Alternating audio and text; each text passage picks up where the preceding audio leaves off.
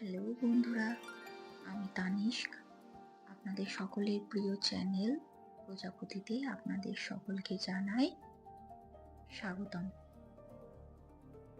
ভিডিওটি ভালো লাগলে লাইক, কমেন্ট ও শেয়ার করে দেবেন। তাহলে চলুন শুরু করা যাক আজকের গল্প, যার নাম হলো বিচ্ছেদ।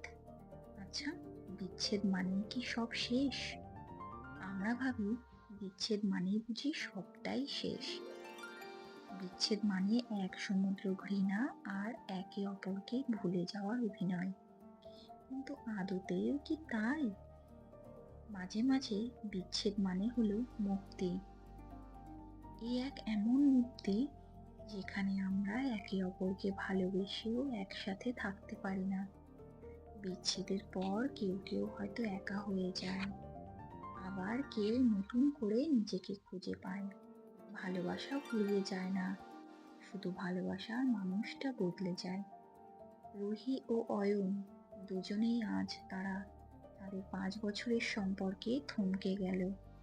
কারোর মধ্যে ঝগড়া, মনোমালিন্য, চিৎকার ছিল না, ছিল একরাশ নিস্তব্ধতা আর অবাক করা নিঃশব্দতা। রুহি বাড়ি ফিরে দেখল তার বেডরুমে একটি খাম রাখা। খামটা খুলে দেখলো তাতে লেখা আছে, ফ্রিজের উপরে না প্রেশারের ওষুধটা রাখা আছে, খেয়ে নিন। অফিসের কাজ করে বেশি লেট করে বাড়ি আসবে, তারপর তোমার মাইগ্রেনটা ধরবে, তাই মাইগ্রেনের ওষুধটাও রাখা থাকলো। বেশি রাত করে ঘুমাবে না, তাড়াতাড়ি ঘুমিয়ে পড়বে। একা থাকতে তো তোমার ভয় লাগে, বাবা মার কাছে প্রয়োজনে চলে যেও, একা একা ওই ফ্ল্যাটে রাত্রে থাকতে হবে না। রুহি হতভম্ব তখন চিঠিটা হাতে নিয়ে ব্যালকনিতে এসে বসে, আর সে আকাশের দিকে তাকিয়ে দেখে পাখিরা খোলা আকাশে মুক্ত মনে উড়ে বেড়াচ্ছে। তবে এটাই কি মুক্তি?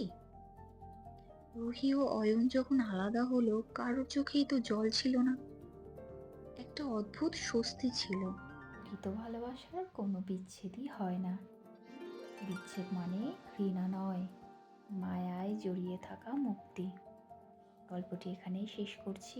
ভিডিওটি ভালো লাগলে সাবস্ক্রাইব করে দেবেন। আপনাদের সকলকে জানাই অসংখ্য ধন্যবাদ।